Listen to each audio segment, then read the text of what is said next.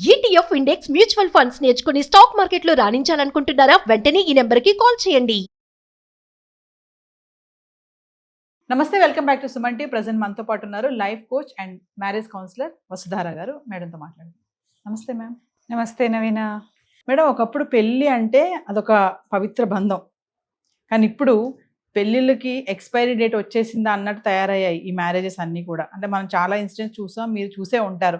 ఈ మధ్య కాలంలో వైఫ్స్ రివెంజ్ అనుకోవాలా దాన్ని, మరి ఇంకేమనుకోవాలో తెలియదు, కానీ కోపాలు వచ్చో కారణాల వల్ల హస్బెండ్ సరిగా లేడనో, ఇల్లీగల్ ఎఫైర్స్ పెట్టుకోవడం వల్లనో, పిల్లల్ని సరిగా చూసుకోవడం లేదని, ఫినాన్షియల్గా సరిగా చూసుకోవడం లేదని చెప్పేసి హస్బెండ్స్ని చంపేయడము, ఇవన్నీ మనం చూస్తున్నాం. అంటే ఇవన్నీ చూసి అబ్బాయిలకి పెళ్లి చేసుకోవాలంటేనే భయం వేస్తుంది. అమ్మో, పెళ్లి చేసుకొని ఆ అమ్మాయి చేతిలో చనిపోవడం కంటే పెళ్లి చేసుకోకుండా ఇలా ఉండడం హ్యాపీ లైఫ్ అని చెప్పేసి చాలా మంది అబ్బాయిలు కూడా ఇలాంటి ఇన్సిడెంట్ చూసి అలా మాట్లాడుతున్నారు. నిజంగా మ్యారేజెస్కి ఎక్స్పైరీ డేట్ వచ్చేసింది అని అనుకోవచ్చు అంటారా? లేదండి, మ్యారేజెస్కి ఎక్స్పైరీ డేట్ అనేది లేదు. అదొక పవిత్రమైన వ్యవస్థ, ఇప్పటికీ ఎప్పటికీ. అది కొంతమంది వ్యక్తుల వల్ల ఒక వ్యవస్థను దూషించటం, లోబో ఇష్టం అనటం కరెక్ట్ కాదు. ఎందుకంటే అందరూ అలా చేయట్లేదు కదా, కొందరు చేస్తున్నారు.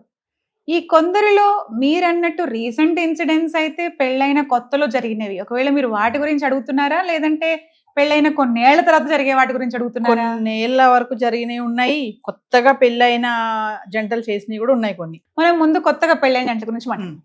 ఎస్. ఇప్పుడు కొత్తగా పెళ్ళైన జంటలు మేఘాలయాలో అక్కడ ఒకటి జరిగింది కదా. ఎస్. అక్కడ ఏంటంటే అది చాలా short span, maybe 1 month 2 months కూడా అయిందో లేదు. అది హనీమూన్ అని చెప్పారు. హనీమూన్ అని చెప్పారు. ఎస్.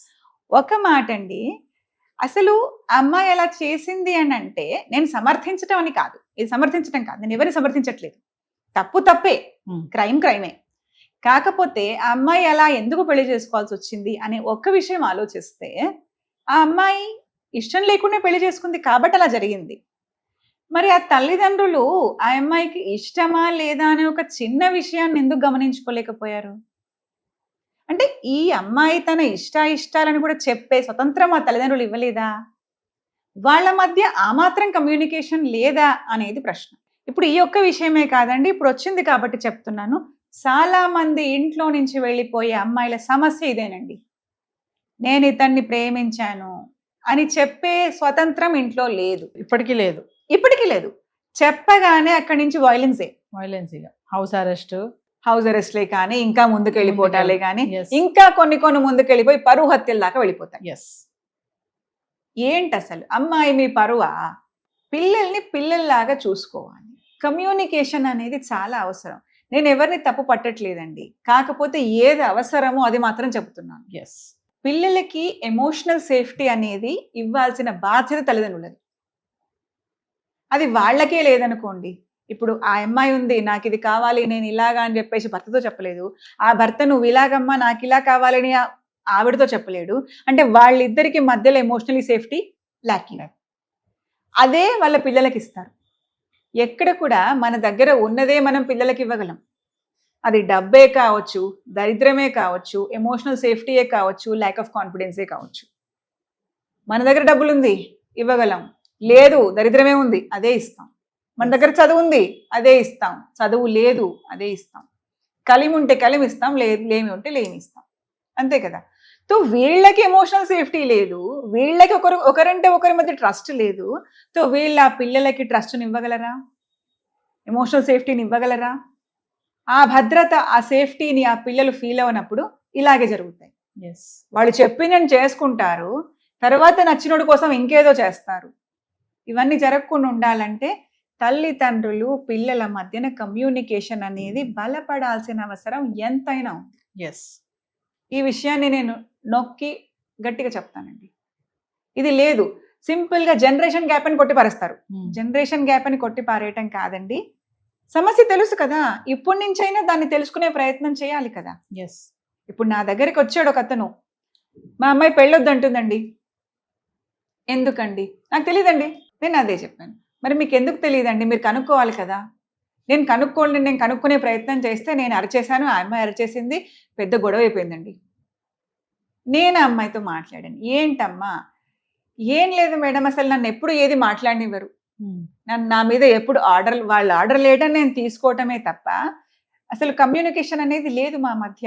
నాకు ఇది కావాలి నాన్న, మీ అమ్మతో చెప్పుండొచ్చు కదమ్మా అంటే, మా అమ్మ కూడా అంతేనండి. ఆవిడ ఇప్పుడు అరుస్తూనే ఉంటుంది. వాళ్ళిద్దరి మధ్య సరిగా లేదండి, వాళ్ళిద్దరూ వాళ్ళ కోపాలని నా మీద తీర్చేసుకుంటారు. They used me like a punching bag. ఇలా ఉన్న నేనేం చెప్పాలి మేడం? మరి ఇప్పుడు ఎందుకమ్మా అసలు ఈ పెళ్ళుతుండే కారణం ఏంటమ్మా అని అంటే, నేను ఒక అతన్ని ప్రేమించాను మేడం, వీళ్ళకి అతను ఇష్టం లేదు, అందుకని నన్ను పెళ్లి చేసుకోమంటున్నారు. అతను నా దగ్గరికి వచ్చాడు కాబట్టి ఇంతవరకు విషయం వచ్చింది. రాకుండా మేం చెప్పింది చేయాలి అనే కంట్రోలింగ్ పేరెంటింగ్లో ఉన్నప్పుడు ఇలాంటివి జరుగుతాయి. పెళ్ళైన కొత్తలో ఇలా జరుగుతున్నాయి, అమ్మాయిలు ఇంట్లోంచి పారిపోతున్నారంటే ఇదేనండి. ఎస్, వాళ్ళకి ఏం కావాలి అనేది మనం తెలుసుకోలేకపోవటం ఒకటి, వాళ్ళు చెప్పేది వినలేకపోవటం ఇంకొకటి, అర్థం చేసుకోలేకపోవటం ఇంకొకటి. మరి అబ్బాయిలు పెళ్ళిళ్ళు అంటే భయపడిపోతున్నారు, మరి వాళ్ళకి ఏం చెప్తారు? అబ్బాయిలు పెళ్ళిళ్ళంటే భయపడాల్సిన అవసరం లేదండి. సమస్య ఎక్కడొచ్చింది అని అంటే, వాళ్ళు ఇంకా చాలా వరకు ఆ పాతకాలపు ప్యాట్రియార్కీ భావాల్లోనే ఉన్నారు.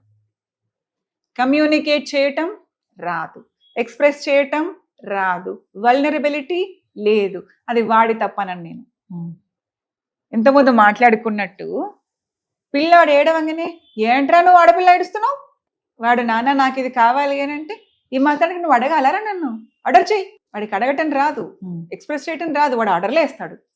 ఇలా నేను ఫీల్ అవుతున్నానని చెప్పడం రాదు, వల్నరబిలిటీ ఏంటో తెలియదు. ఎమోషన్స్ని అర్థం చేసుకోవాలి, కమ్యూనికేట్ చేయాలి. ఇదివరకు ఉన్నట్టు లేదు కదా. ఇదివరకే హస్బెండ్ తెచ్చి పడేసి సరిపోయింది. ఇప్పుడు ఒక అమ్మాయికి ఆ తెచ్చి పడేసే హస్బెండ్ అవసరమా? లేదు. అమ్మాయికి ఏం కావాలి? ఇప్పుడు వాళ్ళ స్థాయి మారింది, వాళ్ళు చదువుకున్నారు, వాళ్ళు ఇంటలెక్చువల్ అయ్యారు. కేవలం తెచ్చి పడేయటం సరిపోదండి. ఒక సామాజిక భద్రతతో పాటు ఎమోషనల్ సేఫ్టీ. ఎస్, నేను ఎక్స్ప్రెస్ చేయగలగాలి, నాకు అతను ఎక్స్ప్రెస్ చేయాలి, నాకు అతను ఉన్నాడని నాకు అనిపించాలి, నేను అతని కోసం ఉన్నాను, ఏదైనా చేయగలను అనేసి అతనికి కూడా అనిపించాలి. ఆనెస్ట్ కమ్యూనికేషన్ బిల్డప్ అవ్వాలంటే ఒకరికి ఒకరం అని పేపర్లలో, పుస్తకాల్లో, సినిమాల్లో చాలా చెప్పారు. కానీ అది నిజ జీవితంలోకి వచ్చేసరికి ఎంతవరకు అని అంటే అసలు దానికి అర్థం చాలా మందికి తెలియదనే చెప్తాను. Thank you ma'am.